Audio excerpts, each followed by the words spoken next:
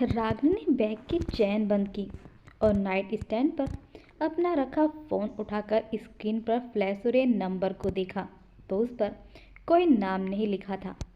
उस unknown number को देखकर रागिनी के मन में पहला ख्याल हर्षित का आया, क्योंकि हर्षित ने 2-3 बार उसे कॉल किया था।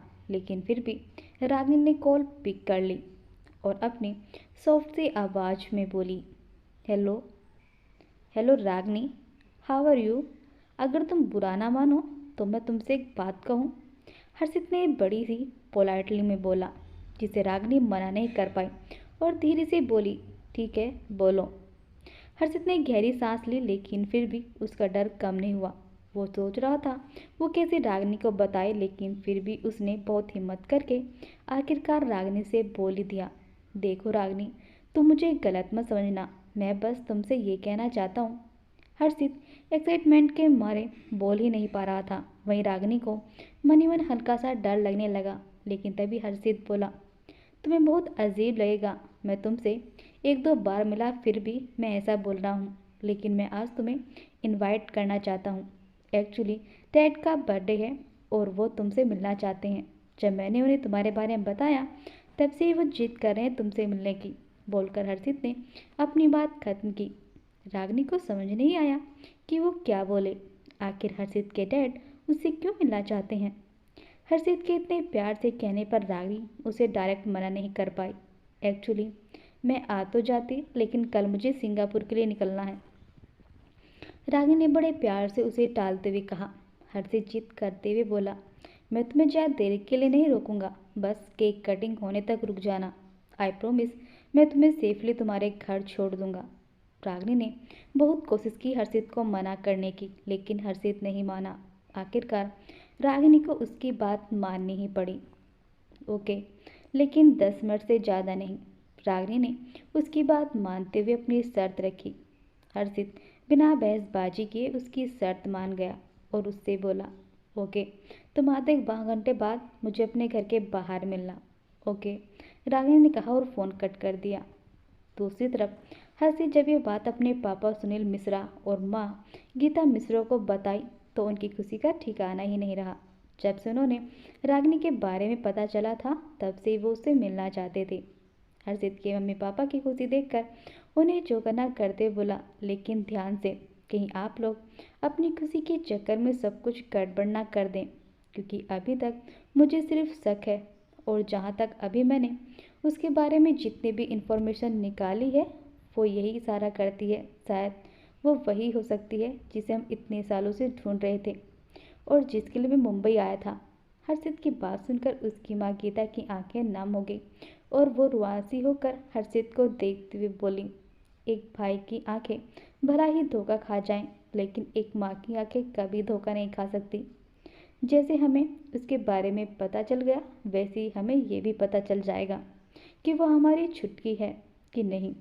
तब तक तुम ये बताओ उसे खाने में क्या पसंद है, क्योंकि बचपन में तो उसे कुछ खास पसंद नहीं था, लेकिन अब तो उसकी चॉइस बदल गई होगी। गीता जी के पूछने पर हर्षित मुस्कुराते हुए बोला, माँ आप उसकी फिक्र मत कीजिए, मैं देख लूँगा। बोलकर हर्षित ने अपना एक हाथ सुनील जी और दूसरा हाथ गीता जी के कंधे पर रखा। आप दोनों तो बस जल्दी से जाकर तैयार हो जाइए, गेस्ट कुछ ही देर में आते होंगे। ठीक है, दोनों ने कहा और अपने रूम में तैयार होने के लिए चले गए। उन दोनों के जाने के बाद हर्षित मुस्कुराते हुए खुद से बोला, अब जाकर उसे ले आता हूँ, वरना ऐसा ना हो जैसे बचपन में मुझसे हर छोटी बात के लिए नाराज़ हो जाती थी, आज फिर से नाराज़ हो जाए। लेकिन जाने से पहले एक बार मैं खाने का इंतज़ाम देख लेता हूँ कि जैसे बताया था वैसे ही बनाया है कि नहीं। सोचकर हर्षित पीछे आंगन में आया जहाँ हलवाई खाना बना रहे थे। हर्षित ने हर एक चीज़ अच्छे से चेक की और जब उसे तसल्ली हो गई कि सब कुछ उसकी पसंद का है तब जाकर वो रिलैक्स हुआ और रागिनी को लेने के लिए निकल गया। वहीं दूसरी तरफ रागिनी रेडी होकर कमरे से बाहर आई। उसने लाइट पिंक कलर का फुल स्लीव का गाउन पहना हुआ था और बिल्कुल लाइट मेकअप किया था और बालों को खुला छोड़ा हुआ था, जिसमें वो बहुत खूबसूरत लग रही थी। रागिनी सीढ़ियों से अपने हाथ में पहनी वॉच में टाइम देखते हुए उतर रही थी, इसलिए उसका ध्यान सीढ़ियों पर बिल्कुल भी नहीं था। वह भी उतर ही रही थी तभी हाई हील में उसकी ड्रेस फंस गई और वो लड़खड़ाकर गिरने ही वाली हुई। तभी दो मजबूत बाहों ने उसे पकड़कर गिरने से बचा लिया और सीधा खड़ा कर दिया। रागिनी डर से घबरा गई कि अभी उसकी लापरवाही के चक्कर में पता नहीं क्या हो जाता। वो अपने सामने अंश, जिसने अभी उसे बचाया था, बोली। रागिनी बोली, थैंक यू। रागिनी के थैंक यू पर अंश उसे हल्का सा मुस्कुराकर टोंट मारते हुए बोला, मुझे थैंक यू बोलने की जगह अपना ध्यान रखो, क्योंकि लापरवाही करने में तुम एक नंबर हो और लापरवाही इंसान को ले डूबती है। बोलकर अंश ने रागिनी को देखा, जो उसकी बात पर अपना सर झुकाए चुपचाप खड़ी थी। वैसे कहाँ जा रही हो? रागिनी धीरे से अपना सर उठाकर सॉफ्ट सी आवाज में बोली, एक पार्टी में। रागिनी के मुंह से पार्टी का नाम सुनकर अंश चौंक गया। किसकी पार्टी में जा रही हो? अंश ने रागिनी को घूरते हुए पूछा। रागिनी बोली, हर्षित की पार्टी में। उसने मुझे इनवाइट किया था, बस उसी की पार्टी में जा रही थी। बोलकर रागिनी सीढ़ियों से नीचे जाने लगी। तभी अंश ने उसे पीछे से टोका। क्या तुम उसे जानती हो या फिर तुम्हें ये पता है कि वो कैसा है? अंश के सवाल पर रागिनी खामोश हो गई, क्योंकि वो खुद भी हर्षित को ज़्यादा नहीं जानती थी कि वो कैसा है। वो तो सिर्फ उसके इतने ज़्यादा फोर्स करने पर उसकी पार्टी में जाने को तैयार हुई थी। रागिनी के कोई जवाब न देने पर अंश समझ गया कि पहले की तरह ही रागिनी अब भी सब पर बहुत जल्दी विश्वास कर लेती है। वैसे तो अंश को रागिनी से कोई मतलब नहीं था कि वो क्या कर रही है, कहाँ जा रही है, लेकिन वो ये भी जानता था कि अनामिका के लिए रागिनी कितनी इम्पोर्टेंट है। और अंश बिल्कुल नहीं चाहता था कि रागिनी या किसी और की वजह से अनामिका परेशान हो। इसलिए कुछ सोचते हुए रागिनी से बोला, ठीक है, मैं आगरे को भेज देता हूँ तुम्हारे साथ। बोलकर अंश ने अपनी पॉकेट में हाथ डाला। तब उसे ध्यान आया कि उसका फ़ोन तो रूम में ही रह गया। अंश बोला, तुम नीचे हॉल में बैठो, तब तक मैं आगरे को भेजता हूँ। बोलकर अंश ऊपर चला गया और रागिनी वहीं हॉल में सोफे पर बैठ गई। अंश आगरे के रूम में आया और आगरे से सॉफ्ट आवाज़ में बोला, रागिनी किसी पार्टी में जा रही है, तुम उसे लेकर जाओ। अंश की बात सुनकर आगरे कुछ मिनट के लिए सोच में पड़ गया कि आखिर रागिनी किसकी पार्टी में जा रही है, लेकिन उसने अंश से कुछ नहीं कहा और रेडी होने चला गया। कुछ मिनट बाद आगरे रेडी होकर हॉल में आया तो देखा वहाँ रागिनी कहीं भी नहीं है। ये देखकर आगरे कंफ्यूज हो गया और अंश के पास आकर बोला, बॉस, लेकिन रागिनी है कहाँ? मैंने तो उन्हें हर जगह देख लिया, लेकिन वो कहीं भी नहीं है। आगरे की बात सुनकर अंश कुछ सोचते हुए बोला, कहीं रागिनी अकेले या फिर उसके साथ जिसकी वो पार्टी में जा रही थी उसके साथ तो नहीं चली गई? अगर ऐसा है तो तुम जल्दी से उसके पीछे जाओ। आगरे परेशान होकर बोला, लेकिन बॉस, पता कैसे चलेगा कि रागिनी किसके साथ और किसकी पार्टी में गई है? अंश बोला, रागिनी के फ़ोन की लोकेशन ट्रेस करो और ध्यान से, किसी को भी कुछ पता नहीं चलना चाहिए, खासकर अनामिका को तो बिल्कुल भी नहीं। और रागिनी जहाँ कहीं भी है वो बिल्कुल सही सलामत घर होनी चाहिए, समझे? आगरे अपना सर हिलाते हुए बोला, यस बॉस। बोलकर जल्दी से वहाँ से चला गया और अंश अपने कमरे में चला गया। वहीं दूसरी तरफ हर्षित रागिनी को लेकर अपने घर पर आया। उसका घर बहुत बड़ा और बहुत सुंदर था और ऊपर से उस बर्थडे पार्टी की डेकोरेशन से वो घर बिल्कुल नई दुल्हन की तरह जगमगा रहा था। आधे से ज़्यादा गेस्ट वहाँ पर पार्टी के लिए आ गए थे और सुनील जी को बर्थडे विश कर रहे थे, लेकिन सुनील जी का पूरा ध्यान हर्षित के साथ खड़ी रागिनी पर था। हर्षित रागिनी को लेकर सुनील जी और गीता जी के पास आया। रागिनी को अपने सामने देखकर उन दोनों की ही आंखें नम हो गई, लेकिन अगले पल उन्होंने खुद को संभाल लिया और मुस्कुराते हुए रागिनी से बोले, थैंक यू बेटा आने के लिए। रागिनी भी बदले में मुस्कुरा दी। तभी गीता जी ने आगे बढ़कर रागिनी को अपने गले से लगा लिया। पहले तो रागिनी कंफ्यूज हो गई, लेकिन फिर उसने भी उन्हें हक कर लिया। उसके बाद सुनील जी गीता जी के साथ मिलकर अपना केक कट किए और सबसे पहले रागिनी को खिलाया। रागिनी को यहाँ सब बहुत अजीब लग रहा था, लेकिन जब उसने उन दोनों के चेहरों पर मुस्कुराहट देखी तो उसने कुछ भी नहीं कहा और चुपचाप उनके साथ हाथ से केक खा ली। उसके बाद उन्होंने बाकी लोगों को भी केक खिलाया। रागिनी धीरे से हर्षित से बोली, आई थिंक अब मुझे घर जाना चाहिए, क्योंकि मैंने अभी तक किसी को बताया भी नहीं। सब मेरी चिंता कर रहे होंगे। रागिनी के जाने की बात सुनकर गीता और सुनील उदास हो गए। गीता जी बड़े प्यार से रागिनी का हाथ पकड़ते हुए बोली, क्यों बेटा, क्या तुम्हें यहाँ अच्छा नहीं लग रहा? रागिनी मुस्कुराने की कोशिश करते हुए बोली, नहीं आंटी, ऐसी कोई बात नहीं है। मुझे तो यहाँ बहुत अच्छा लग रहा है, पर रात काफ़ी हो गई है, इसलिए मुझे अब अपने घर जाना चाहिए। हर्षित जिद करते हुए बोला, हाँ रागिनी, थोड़ा खाना खा लो, उसके बाद मैं तुम्हें खुद घर छोड़ दूंगा। बोलकर उसने रागिनी का हाथ पकड़ा और डाइनिंग टेबल के पास ले जाकर एक चेयर पर आराम से बैठा दिया। गीता जी ने जल्दी से रागिनी का फेवरेट खाना उसकी थाली में परोस दिया। रागिनी ये देखकर थोड़ा हैरान हो गई। वहाँ जितना भी खाना था सब उसका फेवरेट था। क्या ये खाना उसी के लिए बना है, या फिर हर्षित की फैमिली भी ऐसा ही खाना खाती है?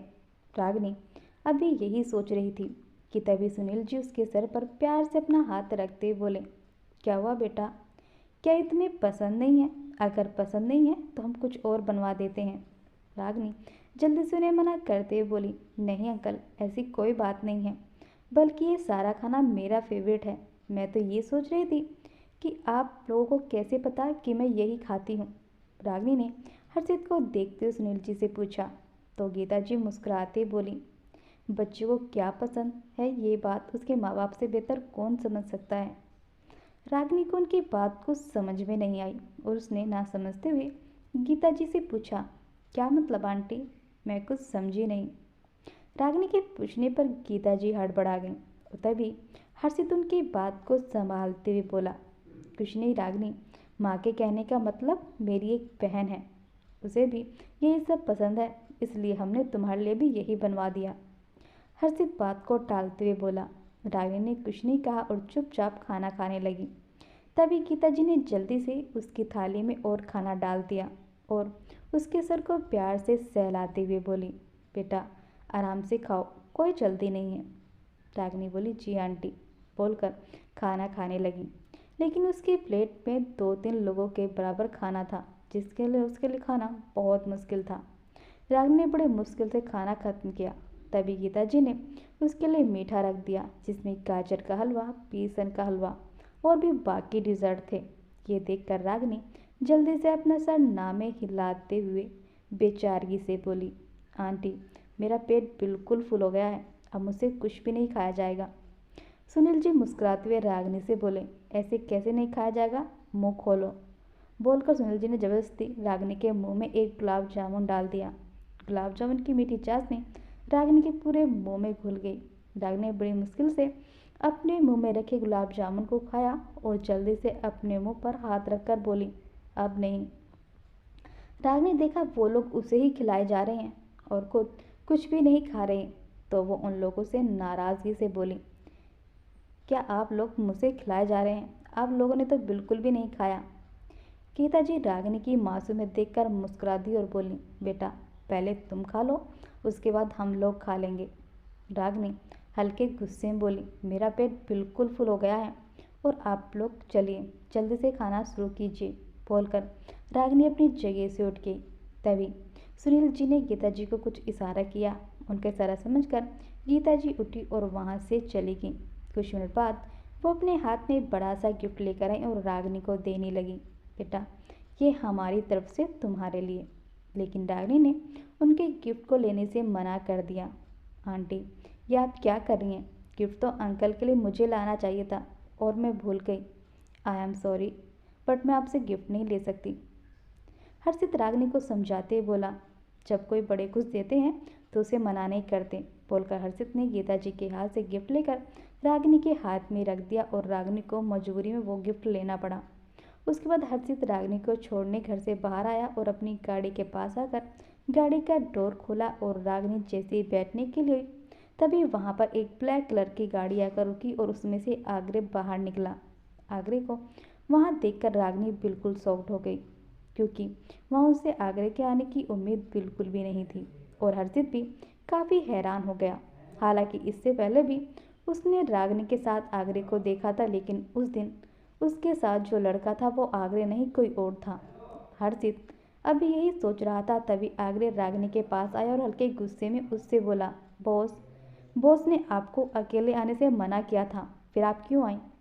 रागिनी कुछ बोलती से पहले हर्षित आगरे से बोला, रागिनी अकेले नहीं बल्कि मैं उसे लेकर आया था और अब मैं उसे छोड़ने जा रहा हूँ। बोलकर हर्षित ने रागिनी का एक हाथ पकड़ा और उसे अपनी गाड़ी में बिठाने लगा। पर आगरे ने गुस्से में अपने दांत पीसकर हर्षित को देखते हुए बोला, उसकी कोई ज़रूरत नहीं है, मैं आ गया हूँ रागिनी को लेने के लिए। बोलकर आगरे ने रागिनी का हाथ हर्षित के हाथ से छुड़ाकर अपने हाथ में पकड़ लिया। रागिनी हैरानी से आगरे को देखने लगी, लेकिन आगरे की नज़र उस पर न होकर हर्षित पर थी और हर्षित भी हैरानी से रागिनी को देख रहा था। आखिर इसका रागिनी से क्या रिश्ता था जो ये ऐसे बिहेव कर रहा था? हर्षित ने कुछ बोलना चाहा, इससे पहले ही रागिनी हर्षित से मुस्कुराते हुए बोली, आपको आने की कोई ज़रूरत नहीं है, मैं उनके साथ चली जाऊंगी। रागिनी की बात सुनकर हर्षित ने कुछ नहीं कहा और उसे बाय बोलकर वहां से चला गया। रागिनी ने भी मुस्कुराते हुए उसे बाय कहा और आगरे के साथ विला के लिए निकल गई। रास्ते भर दोनों के बीच अजीब सी खामोशी थी। ना आगरे कुछ बोल रहा था और ना ही रागिनी। दोनों ही चुपचाप बैठे थे, लेकिन आगरे की नज़र रागिनी के हाथ में पकड़े उस बड़े से गिफ्ट बॉक्स पर थी, जो रागिनी बड़े प्यार से अपने दोनों हाथों से पकड़े हुए थी। और उसके चेहरे पर हल्की सी मुस्कुराहट थी, जो आगरे से बिल्कुल भी बर्दाश्त नहीं हो रही थी। एक बार तो उसका मन किया कि वो अभी उस गिफ्ट को उठाकर रोड पर फेंक दे। आखिर उस आदमी की हिम्मत भी कैसे हुई रागिनी को गिफ्ट देने की? उसके दिमाग में बस यही सब चल रहा था। तभी रागिनी जो मुस्कुरा रही थी, अचानक से उसके चेहरे पर परेशानी के भाव आ गए और वो अपने माथे पर हाथ मारते बोली, मैं अपना फ़ोन तो वहीं भूल आई। हालांकि रागिनी ने ये बात खुद से ही कही थी, लेकिन आगरे ने उसकी बात सुन ली और रागिनी को रिलैक्स करते हुए बोला, फिक्र मत कीजिए, दूसरा फ़ोन आ जाएगा। आगरे ने रागिनी से ये बात हल्के गुस्से में ही बोली थी, क्योंकि वो बिल्कुल भी नहीं चाहता था एक फ़ोन के चक्कर में रागिनी वापस उस हर्षित के घर जाए। लेकिन रागिनी की बात सुनकर आगरे हैरान हो गया और साथ ही साथ उसके चेहरे पर गुस्सा भी आ गया। रागिनी बोली, मुझे दूसरा फ़ोन नहीं चाहिए और हर्षित को जैसे ही पता चलेगा कि मैं अपना फ़ोन वहीं भुलाई हूँ, मुझे ज़रूर वापस कर देंगे। बोलकर रागिनी खिड़की की तरफ देखने लगी। रागिनी के मुंह से हर्षित का नाम सुनकर आगरे को बहुत गुस्सा आया और गुस्से में मन कर रहा था कि वो अभी हर्षित के पास जाए और उसका सर फोड़ दे।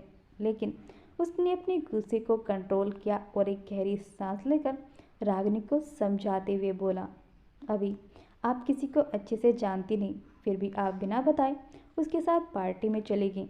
मैं बस आपको इतना समझाना चाहता हूँ कि आपको इतनी जल्दी किसी पर भरोसा नहीं करना चाहिए। बोलकर आगरे ने एक नज़र रागिनी को देखा और फिर सामने की तरफ देखने लगा। आगरे की बात सुनकर रागिनी कुछ देर के लिए खामोश हो गई और फिर बाहर की खुली सड़कों पर देखते हुए मायूसी से बोली, अजनबी जब भरोसा तोड़ते हैं तब इतना दर्द नहीं होता जितना दर्द अपनों के भरोसा तोड़ने से होता है। बोलकर रागिनी ने आगरे की तरफ देखा और हल्के गुस्से में बोली, मैं कोई छोटी बच्ची नहीं हूँ कि आप मुझे समझा रहे हैं, मुझे अच्छे से पता है कौन अच्छा है और कौन बुरा। बोलकर रागिनी गुस्से में खिड़की से बाहर देखने लगी। वो ऐसे बोलना तो नहीं चाहती थी, लेकिन पता नहीं अचानक से उसे क्या हुआ और उसने गुस्से में वो सब बोल दिया, जिसके बाद उसे पछतावा हो रहा था। उसने आगरे को सॉरी बोलना चाहा, लेकिन इससे पहले ही आगरे बोला, मुझे पता है कि आप कोई छोटी बच्ची नहीं है जिसे समझाया जाए, लेकिन आप इतनी मैच्योर भी नहीं हैं, इसलिए बस आपको समझाने की कोशिश कर रहा था। अगर आपको मेरी बात बुरी लगी हो तो आई एम सॉरी। आगरे भी गुस्से में रागिनी को सुनाते हुए बोला, तो तुम्हारा मतलब क्या है कि मैं अभी भी छोटी बच्ची हूँ जिसे ये नहीं पता कि उसे किस पर भरोसा करना चाहिए और किस पर नहीं? रागिनी अपनी दोनों आंखों को सिकुड़ते हुए गुस्से में बोली, आगरे बोला, मैंने ऐसा कुछ भी नहीं कहा। रागिनी गुस्से में अपना मुंह फुलाते हुए बोली, लेकिन बच्ची तो कहा। और आपकी जानकारी के लिए बता दूं, मैं कोई बच्ची नहीं हूँ। आगरे रागिनी पर ताना कसते हुए बोला, अगर बच्ची नहीं थी तो बिना बताए उस पार्टी में क्यों गई थी?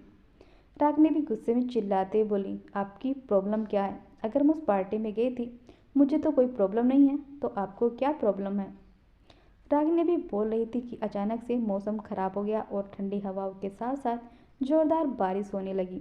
वैसे तो दोनों गाड़ी के अंदर थे, लेकिन रागिनी की साइड का शीशा खुला होने की वजह से बारिश का पानी उसे भिगा रहा था, जिससे उसकी पूरी बॉडी ठंड से कांपने लगी। उसने अपने दोनों हाथों से अपनी बॉडी को कवर कर लिया। आगरे ने जैसे ये देखा, उसने तुरंत अपना हाथ आगे बढ़ाकर रागिनी के साइड के शीशे को बंद करने लगा, जिसकी वजह से वो रागिनी के ऊपर थोड़ा झुका हुआ था। रागिनी का दिल अचानक से जोरों से धड़कने लगा। उसने जो अपने जज्बातों को काबू किया हुआ था, अब वो फिर से बाहर आ रहे थे। कुछ ही देर में आगरे ने उसके साइड के शीशे को बंद कर दिया। फिर भी उसने देखा कि रागिनी अभी भी ठंड से कांप रही है और उसके होठ ठंड की वजह से थर-थर कर रहे हैं। आगरा ने धीरे से ब्रेक लगाया और अपना पहना ब्लेजर उतार कर रागिनी को दे दिया। रागिनी ने हैरानी से आगरे को देखा और अपने कांपते होठों से बोली, इसकी कोई ज़रूरत नहीं है। आगरे ने रागिनी को देखा और उसे समझाते हुए बोला, आप इसे डाल लीजिए, वरना आपको ठंड लग जाएगी। रागिनी फिर भी उसे मना करने ही वाली थी, तभी आसमान में बिजली कड़की और बादल भी गरजने लगे। रागिनी एकदम से आगरे के सीने से लिपट गई और जोर जोर से रोने और चिल्लाने लगी। आगरे ने रागिनी को देखा और उसे समझाते ही बोला, आप इसे डाल लीजिए, वरना आपको ठंड लग जाएगी। रागिनी फिर से उसे मना करने ही वाली थी, तभी आसमान में बिजली कड़की और बादल भी गरजने लगे। रागिनी एकदम से आगरे के सीने से लिपट गई और जोर जोर से रोने और चिल्लाने लगी। आगरे को समझ नहीं आया कि आखिर अचानक से रागिनी को हुआ क्या और वो ऐसे बिहेव क्यों कर रही है। उसने रागिनी के कंधे पर हाथ रखकर उसे खुद से अलग करने की कोशिश की, लेकिन रागिनी और भी जोर से रोने लगी और उससे बिल्कुल चिपक गई। रागिनी के इस तरह उसके इतना करीब होने से आगरे को थोड़ा अनकंफर्टेबल फील हो रहा था और उसे बुरा भी लग रहा था, लेकिन फिर भी वो रागिनी को शांत करवाने की पूरी कोशिश कर रहा था। आगरे रागिनी का मासूम चेहरा अपने हाथों में भरकर उसकी आंखों में देखते हुए बोला, रागिनी क्या हुआ तुम्हें? लेकिन रागिनी ने कोई जवाब नहीं दिया। वो अपने आंसू से भरी आंखों से आगरे को देखे जा रही थी। अचानक ही रागिनी का सर आगरे के कंधे पर गिर गया। आगरे ने रागिनी का चेहरा अपने चेहरे के सामने करके देखा तो वो डर से बेहोश हो गई थी, जिससे आगरे बहुत ज़्यादा घबरा गया और रागिनी को सही से बिठाकर उसने गाड़ी स्टार्ट कर दी। कुछ घंटों बाद गाड़ी विला के सामने आकर रुकी और आगरे जल्दी से गाड़ी से बाहर निकलकर उसने रागिनी को अपनी बाहों में उठा लिया और विला के अंदर जाने लगा। आगरा रागिनी को अपनी बाहों में उठाकर उस कमरे की तरफ ले जा रहा था, तभी आगरे को सामने से अंत आते हुए दिखाई दिया। उसके चेहरे पर किसी भी प्रकार के कोई एक्सप्रेशन नहीं थे। आगरे अभी सोच ही रहा था, तभी अंश उसके पास आया और उसने एक नज़र रागिनी की तरफ देखकर आगरे से कहा, स्टडी रूम में आकर मिलो। बोलकर अंश बिना उसे कुछ भी कहा आगे से वहाँ से चला गया। आगरे रागिनी को उसके कमरे में लाया और धीरे से उसके बेड पर लिटा दिया और उसके पैरों पहनी सैंडल को धीरे से निकाल दिया और अच्छे से ब्लैंकेट से कवर करके उसके कमरे से बाहर निकलकर सीधा स्टडी रूम में चला गया। Study room. अंश बिना एक्सप्रेशन के अपनी हेड चेयर पर बैठा हुआ था। उसके हाथ में एक पेपर था। आगरे स्टडी रूम में आया और धीरे से बोला, यस बॉस। आवाज़ सुनकर अंश ने एक नज़र आगरे को देखा और बिना एक्सप्रेशन के बोला, अपनी जॉब की खातिर तुमने नेहा को छोड़ दिया, आखिर क्यों? अंश के मुंह से नेहा का नाम सुनकर आगरे बुरी तरह चौंक गया और फिर एक गहरी सांस लेकर अंश को देखते हुए पूरे कॉन्फिडेंस से बोला, हाँ मैंने छोड़ दिया क्योंकि उसके पापा चाहते थे कि मैं अपनी जॉब छोड़कर उनके यहाँ पर जॉब करूँ, जो मुझे बिल्कुल मंजूर नहीं था। आगरे की बात सुनकर अंश के चेहरे पर हल्की मुस्कुराहट आ गई। वो आगरे के चेहरे को देखते हुए बोला, मान लो तुम्हारी शादी रागिनी से हो गई और उसके बाद मैंने तुम्हें उसे छोड़ने के लिए कहा तो क्या करोगे? उसे छोड़ दोगे या फिर मेरी जॉब छोड़ दोगे? अंश की बात सुनकर आगरे कंफ्यूज हो गया कि उसे क्या जवाब दे, लेकिन कुछ मिनट बाद वो सोचते हुए बोला, बॉस, सबसे बढ़कर मेरे लिए आप हैं और मैं आपकी बात किसी भी कीमत पर नहीं टाल सकता। अंश उसकी बात बीच में काटते हुए तेज आवाज़ में बोला, मुझे सीधा जवाब दो, मेरी बात नहीं टाल सकते तो क्या उस लड़की को छोड़ दोगे जो अपना सब कुछ छोड़कर तुमसे शादी करेगी? बोलकर अंश अपनी तेज निगाहों से आगरे की आंखों में देखने लगा। आगरे मुस्कुराते हुए बोला, बॉस, मैंने ऐसा नहीं कहा कि मैं उस लड़की को छोड़ दूंगा। तभी अंश बीच में बोला, तो अपनी जॉब छोड़ दोगे? आगरे फिर से कंफ्यूज हो गया। उसे समझ नहीं आया कि वो बेचारा क्या बोले। आज कोई नई बात नहीं थी। इससे पहले भी अंश ने कई बार उसे ऐसे ही अपने सवाल में फंसाया था। आगरे अभी सोच ही रहा था, तभी अंश ने अपने हाथ में पकड़े उस पेपर को आगरे की तरफ बढ़ाया। आगरे ने पहले सवालिया नज़रों से उसकी तरफ देखा और फिर उसके हाथ से पेपर को ले लिया और उस पेपर को देखा तो वो डिवोर्स पेपर थे जिन पर ऑलरेडी ईशानी के साइन थे। ये देखकर आगरे के चेहरे पर हल्की सी मुस्कुराहट और आंखों में चमक आ गई, जिसे अंश ने अच्छे से नोटिस कर लिया, लेकिन कुछ बोला नहीं। तभी आगरे ने अंश से पूछा, इतनी जल्दी साइन भी कर दिए? आपको नहीं लगता कि इसमें कुछ गड़बड़ हो सकती है? बोलकर आगरे ने अंश की तरफ देखा जो मुस्कुरा रहा था। आगरे उसे सवालिया नजरों से देखने लगा। तभी अंश उस पर ताना कसते बोला, क्या तुम इस डिवोर्स से खुश नहीं हो? और रही बात गड़बड़ की तो वो तुम्हारे दिमाग में है।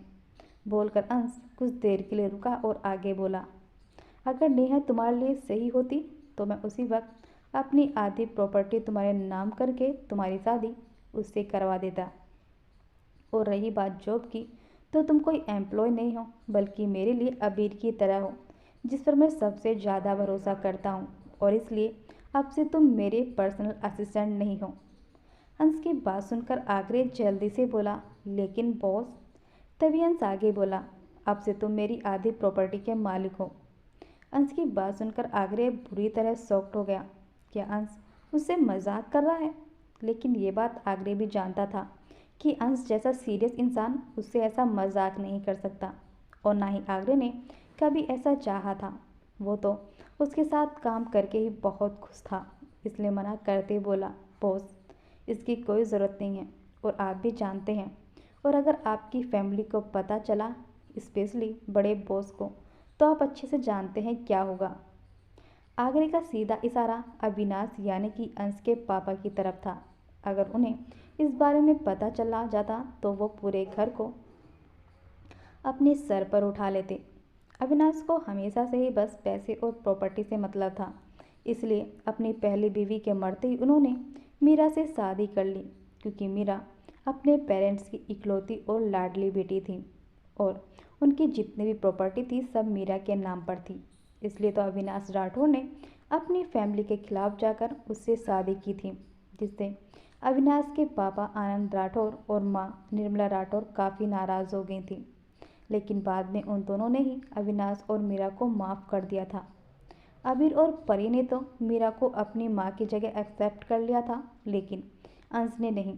अंश बचपन से ही अपनी माँ के काफ़ी क्लोज था, और जैसे ही उसकी माँ मरी वो गहरे सदमे में चला गया, और 1 महीना भी बीता नहीं था कि उसके पापा ने दूसरी शादी कर ली थी। इसलिए अंश सबसे ज़्यादा नफरत अपने पापा से करता था।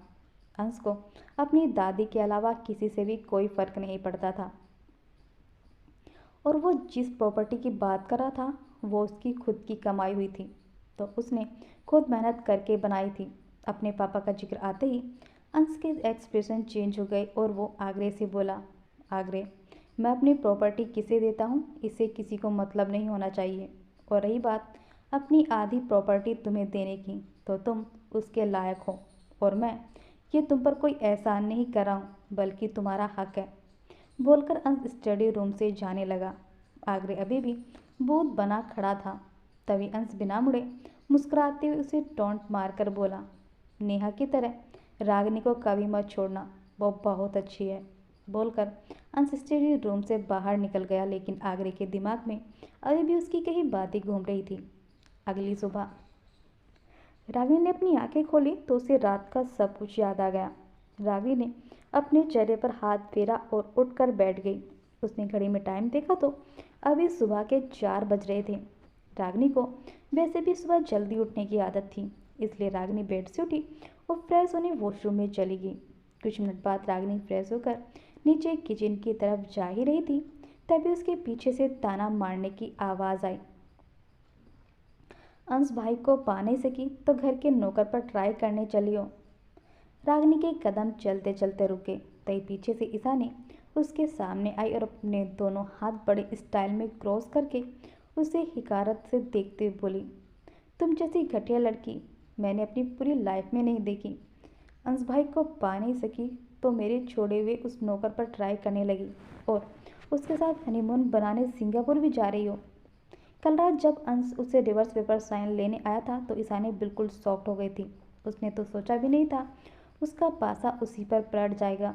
उसने तो सोचा था आगरे से शादी करके वो अंश को रागिनी और आगरे के खिलाफ भड़काएगी, ताकि अंश गुस्से में रागिनी और आगरे को इस घर से बाहर निकाल दे।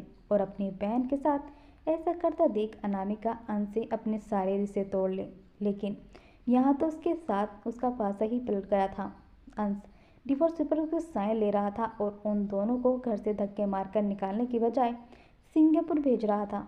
ये बात ईशानी से बिल्कुल बर्दाश्त नहीं हुई और उसने सुबह सुबह रागिनी को आते हुए देखा तो अपना सारा गुस्सा उसी पर निकालने लगी।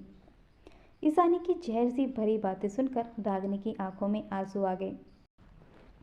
वो कुछ बोलती तभी किसी ने ईशानी का हाथ पकड़कर अपनी तरफ खींचा और एक झन्नाटेदार थप्पड़ उसके गाल पर पड़ा। थप्पड़ इतनी जोर का था कि ईशानी लड़खड़ाकर नीचे गिर गई और उसके गोरे गाल पर अंश की 5 उंगलियां छप गई थीं और उसकी आंखों से आंसू भी छलक आए थे। ईशानी ने गुस्से में अपने सामने खड़े शख्स को देखा तो उसकी आंखें हैरानी से बड़ी हो गईं। उसके सामने कोई और नहीं बल्कि उसका भाई अंश राठौर था। अंश जो अनामिका के लिए कॉफ़ी बनाने किचन में जा रहा था, तभी उसने ईशानी की बातें सुनी, जिससे उसे बहुत ज़्यादा गुस्सा आ गया। ईशानी जल्दी से खड़ी होते हुए अपने गाल पर हाथ रखकर हैरानी से अंश को देखते हुए बोली, भाई आपने मुझे थप्पड़ मारा, वो भी इस लड़की के लिए। बोलकर ईशानी ने नफरत से रागिनी की तरफ देखा जो अपना सर झुकाए खड़ी थी। ईशानी आगे कुछ बोल पाती, उसके दूसरे गाल पर भी अंश की 5 उंगलियां छप गईं और उसके दोनों गाल बिल्कुल लाल हो गए। अंश गुस्से में अपने दांत पीसते हुए ईशानी से बोला, मैंने पहले भी तुम्हें वार्निंग दी थी लेकिन तुम नहीं मानी। लेकिन अब अंश राठौर तुम्हें वार्निंग नहीं बल्कि तुमसे ये कहता है कि अगली बार अगर तुमने रागिनी को कुछ भी बोला या तुम्हारी वजह से रागिनी को कोई भी प्रॉब्लम हुई तो तुम अंश राठौर का वो रूप देखोगी जो आज से कई सालों पहले देखा था, चिल्लाते हुए, इससे पहले मैं तुम्हें कोई और सजा दूं, अपने रूम में जाओ। अंश की गुस्से में बड़ी धमकी सुनकर ईशानी डर से कांप उठी, लेकिन उसकी नफरत अभी भी कम नहीं हुई। वो अपनी जलती निगाहों से अभी भी रागिनी को घूर रही थी और कुछ सेकंड बाद वहां से जाने लगी। ना सिर्फ ईशानी बल्कि अंश का ये रूप देखकर रागिनी भी अंदर तक कांप गई, क्योंकि जहाँ तक वो अंश को जानती थी अंश ज़्यादा गुस्से वाला नहीं था। लेकिन आज उसका ऐसा रूप देखकर रागिनी भी घबरा गई। अंश रागिनी से बिना किसी एक्सप्रेशन के बोला, चुपचाप सबकी बातें सुनना मासूमियत नहीं बल्कि बेवकूफ़ी होती है। अंश की बात सुनकर रागिनी ने अपना सर उठाकर अंश की तरफ देखा और धीरे से बोली, मैं नहीं चाहती मेरी वजह से कोई भी प्रॉब्लम हो या पहले की तरह मेरी वजह से तुम्हारा ईशानी का झगड़ा हो। बोलकर रागिनी खामोशी से अंश को देखने लगी।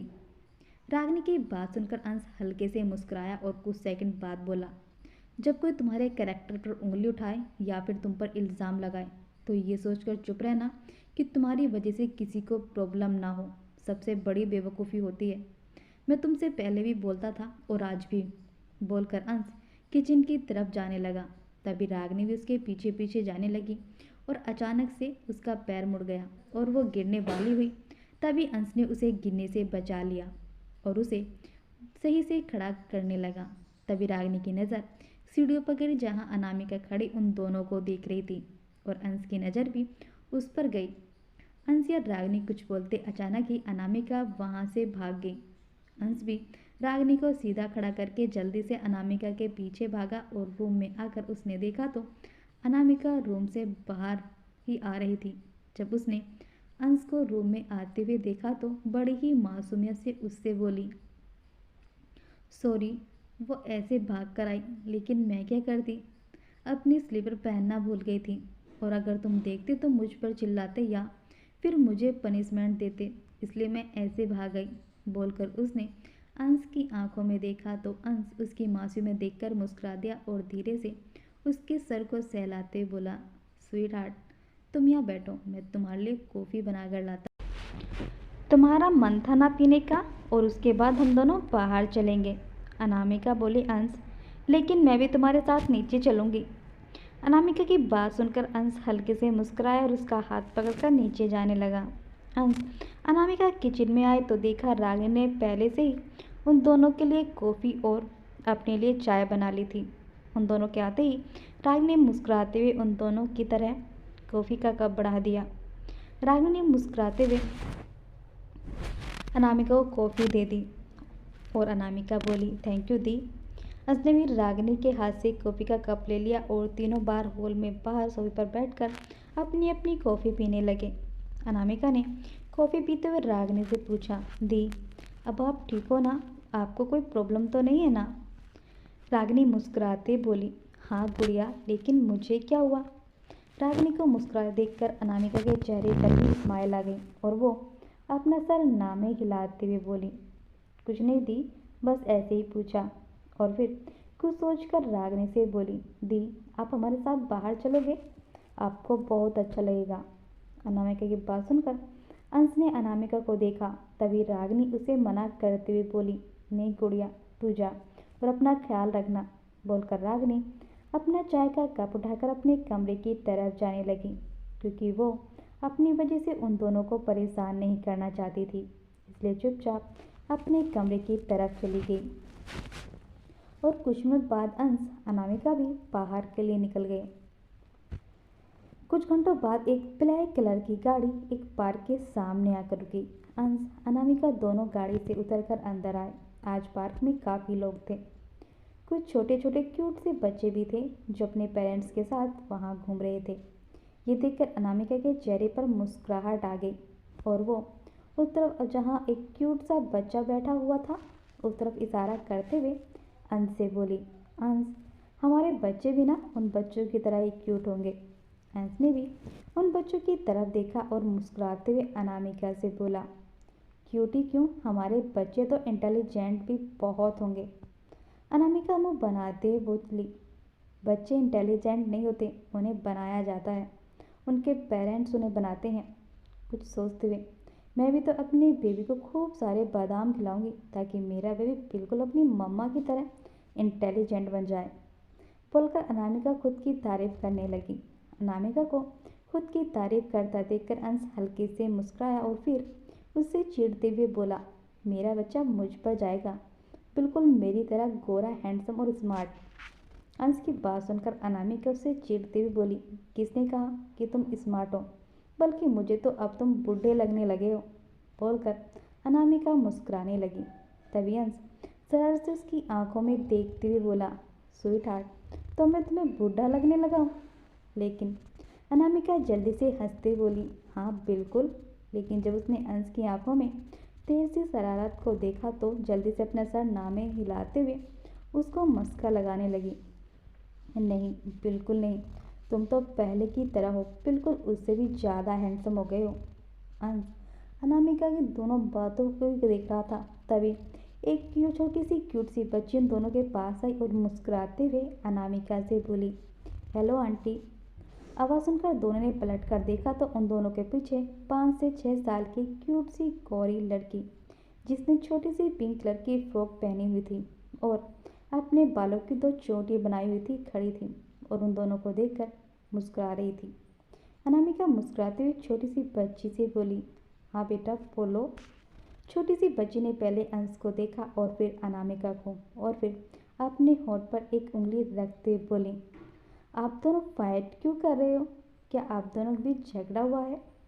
छोटी सी बच्ची की बात सुनकर अनामिका ने हैरानी से पहले उस बच्ची को देखा और फिर अंश को देखकर उस बच्ची से बोली, नहीं बेबी, बोलकर अनामिका ने आसपास देखा और फिर उस बच्ची से पूछा, आप यहाँ किसके साथ आए हो? अनामिका की बात सुनकर वो बच्ची मुस्कुराते बोली, अपने बड़े भाई के साथ। लेकिन आप दोनों झगड़ा क्यों कर रहे थे? उस बच्ची की बात सुनकर इस बार अंश उस बच्ची के पास आया और धीरे से उस बच्ची को अपनी गोद में उठा लिया और बड़े प्यार से समझाते हुए बोला, हम दोनों झगड़ा नहीं कर रहे थे। लेकिन उस बच्ची के चेहरे को देखकर बिल्कुल भी नहीं लग रहा था कि उसे जरा भी अंश की बातों पर यकीन हुआ है।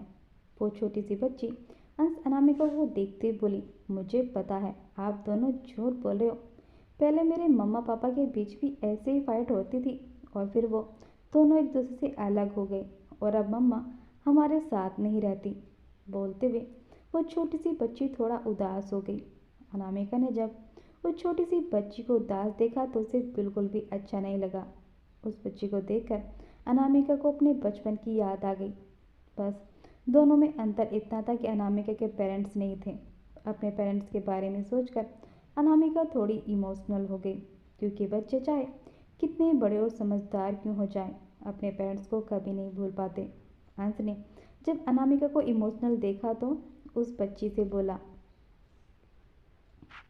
आपने बिल्कुल सही कहा, हम दोनों फाइट कर रहे थे। बोलकर उसने अनामिका की तरफ देखा और अपनी बच्ची से बोला, बेबी, आपकी आंटी ना मुझे बूढ़ा बोल रही थी, तो अब आप ही बताओ, मैं कहीं से बूढ़ा दिखता हूँ? अंश की बात सुनकर अनामिका उसे देखने लगी और फिर चिढ़ाते हुए उस बच्ची से बोली, हाँ बेबी, आप बताओ अंकल को कि या कितने बूढ़े लग रहे हैं? अनामिका की बात सुनकर उस बच्ची ने पहले अनामिका की तरफ देखा और फिर अंश को देखकर अपने निचले होठ पर अपनी छोटी सी उंगली रखकर कुछ सोचने लगी। अंश अनामिका ने पहले एक दूसरे के चेहरे को देखा और फिर उस छोटी सी बच्ची के एक्सप्रेशन को। छोटी सी बच्ची बड़ी मासूमियत से अनामिका से बोली, आंटी आप रॉन्ग हो, अंकल बूढ़े नहीं, बहुत सुंदर हैं।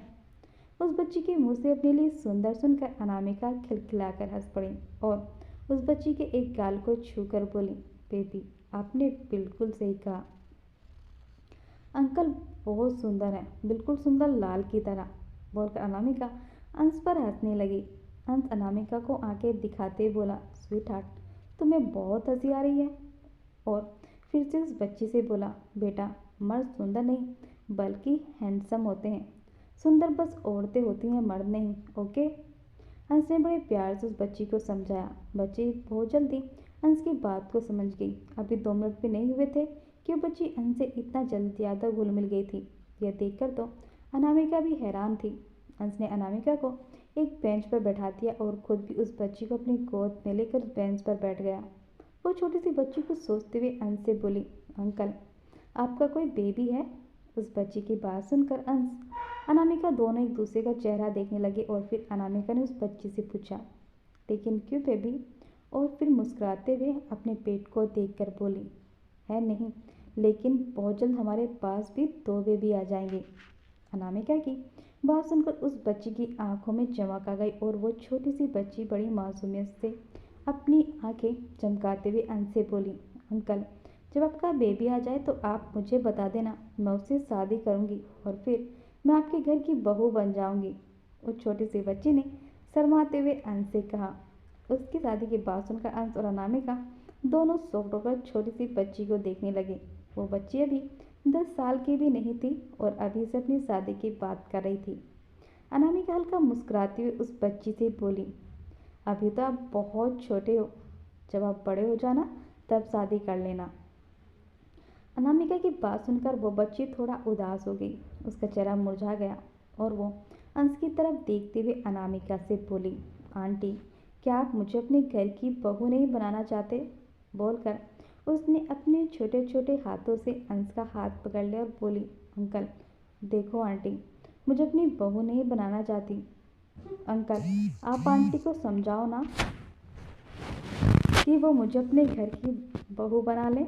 उस बच्ची की ऐसी बातें सुनकर अंश को भी समझ नहीं आया कि वो उसे क्या बोले। आज पहली बार उसे कोई ऐसा मिला था जिसने उसे लाजवाब कर दिया था।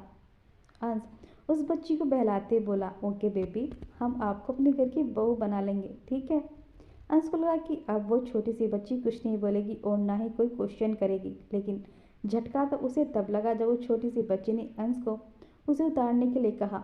अंश और अनामिका दोनों को लगा कि शायद वो छोटी सी बच्ची अपने भाई के पास जाएगी, लेकिन वो छोटी सी बच्ची नीचे झुककर अपने दोनों के पैर छूने लगी।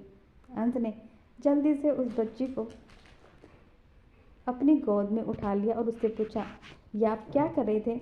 वो छोटी सी बच्ची मुस्कुराते बोली, डैडी मॉम, मैं तो आप दोनों का आशीर्वाद ले रही थी ताकि आप जल्दी से मेरी शादी करवा दें। आप करवाओगे ना मेरी शादी?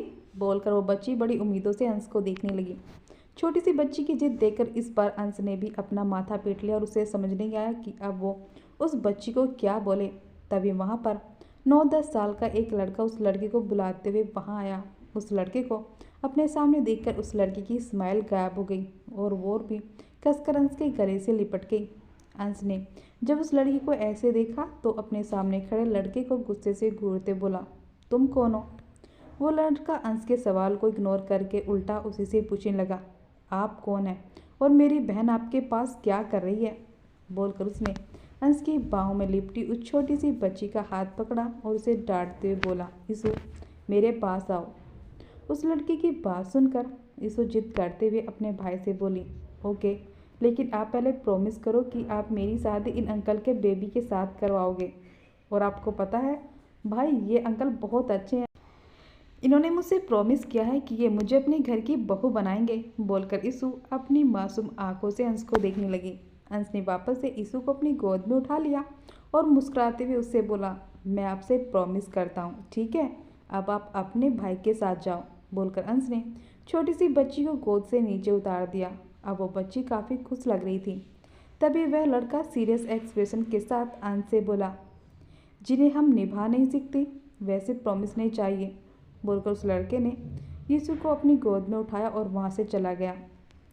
कुछ घंटों बाद आगरे रागनी गाड़ी से मुंबई एयरपोर्ट के लिए निकल गई। रागनी आगरे दोनों खामोश गाड़ी में बैठे हुए थे। रागनी खिड़की से बाहर मुंबई की खुली सड़कों को देख रही थी। कहाँ सिंगापुर जाना रागनी का ड्रीम था। रागनी हमेशा ही अपने प्यार के साथ सिंगापुर जाना चाहती थी और आज उसका वो सालों पहले का ड्रीम पूर्ण होना जा रहा था। लेकिन आज रागनी के चेहरे पर वो खुशी नहीं थी जो सालों पहले सिंगापुर जाने पर होती थी। वो खामोशी खिड़की से बाहर देख रही थी। दिल में अजीब सी घबराहट भी हो रही थी। आज वो पहली बार इतनी दूर जा रही थी और वो भी एक अजनबी लड़के के साथ। वैसे तो आगरे रागनी के लिए अजनबी नहीं था, लेकिन फिर भी आगरे को लेकर रागनी के मन में घबराहट थी। वहीं उन दोनों की गाड़ी के पीछे एक और ब्लैक कलर की गाड़ी चल रही थी जो उनकी गाड़ी को लगातार पीछा कर रही थी। कुछ घंटों बाद आगरे रागनी प्लेन में अपनी अपनी सीट पर आकर बैठ गई। रागनी खिड़की से बाहर देखा तो मौसम बहुत सुहाना था और ठंडी ठंडी हवाएं चल रही थी। रागनी ने अपने फ़ोन में अपनी फेवरेट प्लेलिस्ट से अपना फेवरेट सॉन्ग प्ले करके अपने सर को पीछे टिकाकर अपनी दोनों आंखें बंद कर ली। इस सफ़र में कम से कम 5 से 6 घंटे का टाइम लगने वाला था। वहीं आगरे भी रागनी के पास बैठा हुआ अपने फ़ोन में कुछ देख रहा था। कुछ मिनट बाद उसे रागनी का सर अपने कंधों पर महसूस हुआ। रागनी ने अपना चेहरा उठाकर रागनी के चेहरे को देखा तो वो अपने फेवरेट गाने सुनते सुनते गहरी नींद में सो गई थी। ये देखकर आगरे के होठों पर मुस्कुराहट आ गई और उसने रागनी का सर सही से अपने कंधे पर रख दिया ताकि उसकी नींद डिस्टर्ब ना हो। 5 घंटे बाद प्लेन सिंगापुर चेन्नई एयरपोर्ट पर लैंड हुआ। आगरे ने धीरे से रागनी को उठाया। रागनी उठो, एयरपोर्ट आ गया है। रागनी धीरे से अपनी आंखें खोली तो प्लेन में उन दोनों के अलावा कोई नहीं था। आगरे रागनी प्लेन से उतरकर सीधा अपने होटल के लिए निकल गए। आगरे ने पहले ही होटल में 2 रूम बुक किए हुए थे।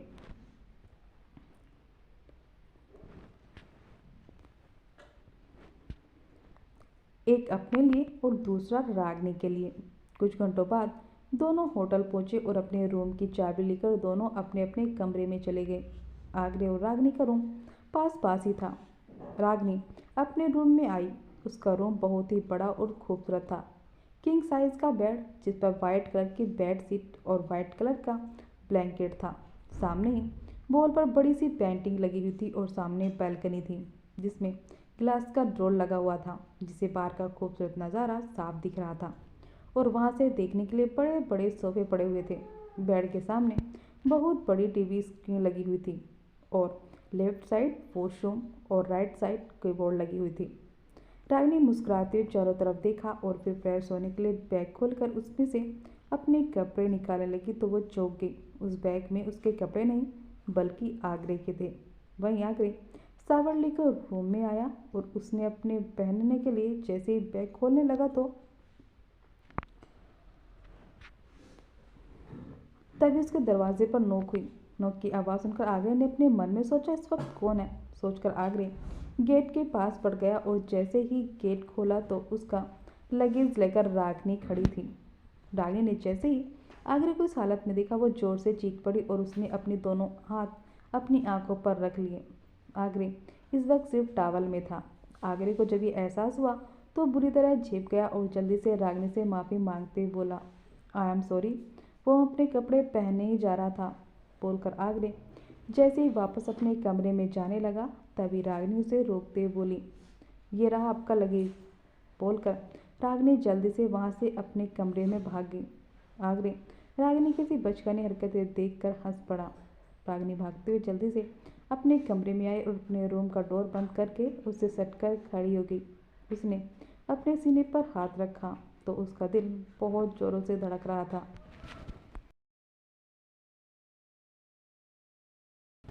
रागिनी बोली, ये क्या हो रहा है, मुझे ऐसी फीलिंग क्यों आ रही है। कहते हुए अनायास ही रागिनी के होठों पर मुस्कुराहट आ गई और उसकी आंखों के सामने एक बार फिर से अभी कुछ देर पहले का नज़ारा घूम गया। ये सब याद करते ही उसके दिल में गुदगुदी सी होने लगी। वही आगरे के होठों पर भी मुस्कुराहट जाने का नाम नहीं ले रही थी। उसकी आंखों के सामने बार बार वो पल घूम रहा था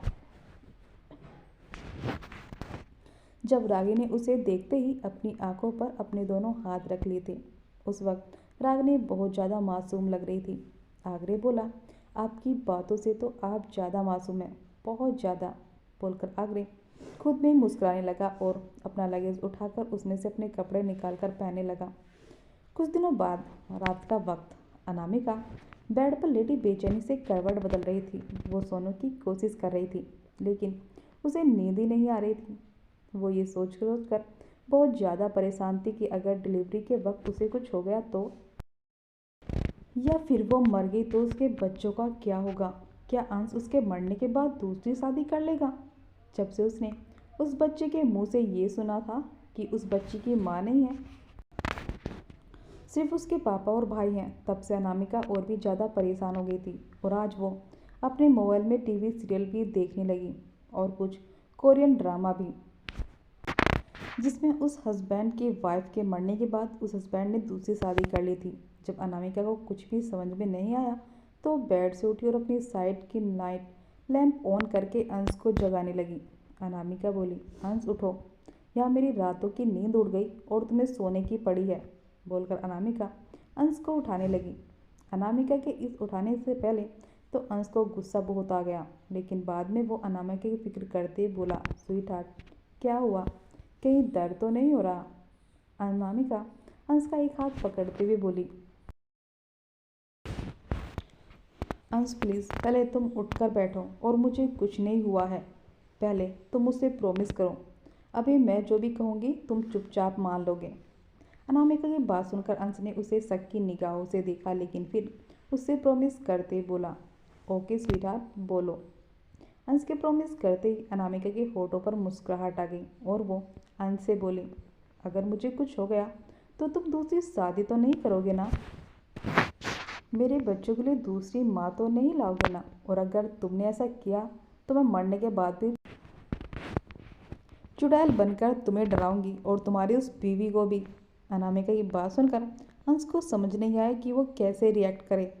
अनामिका के मरने की बात सुनकर पहले तो अंश को बहुत ज़्यादा गुस्सा आ गया, लेकिन जब उसने उसके मुंह से चुड़ैल की बात सुनी तो उसे मन ही मन हंसी आने लगी।